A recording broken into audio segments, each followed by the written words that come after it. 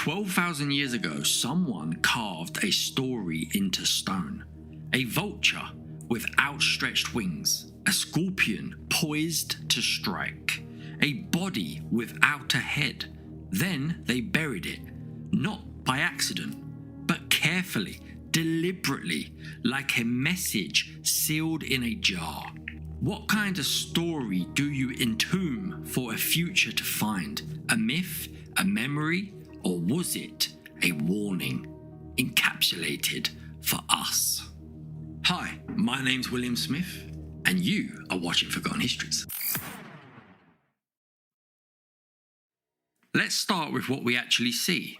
Pillar 43 stands in the oldest part of Göbekli Tepe, Enclosure D. A circular temple built before pottery, before writing, before civilization as we know it. On its face, a vulture lifting one wing towards a round disc, a scorpion below, and what looks like a human body missing its head. Every carving feels deliberate, like someone was telling a story symbol by symbol. Near the top, we see what looks like 3 bags, just like you see across the ancient world from Mesopotamia to Mexico. Whoever did this wasn't doodling. They were recording something they thought mattered, something they wanted remembered. This stone isn't just random art.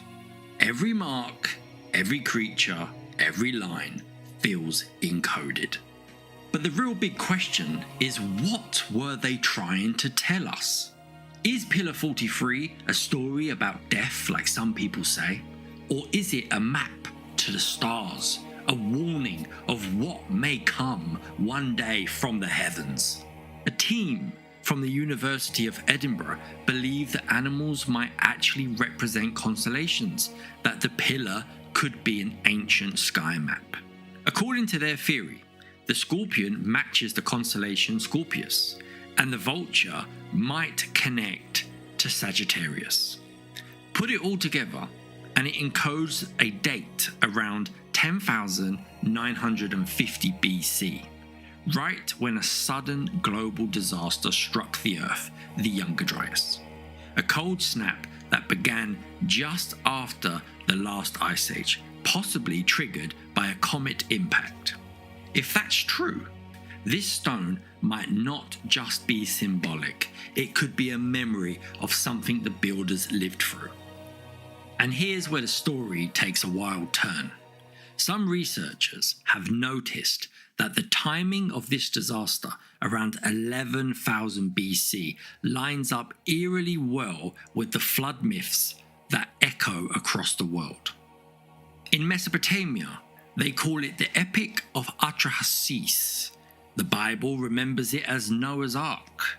Even the oldest layer of the Epic of Gilgamesh speaks of a man warned by the gods to build a boat before the waters rose. Is Pillar 43 really a warning?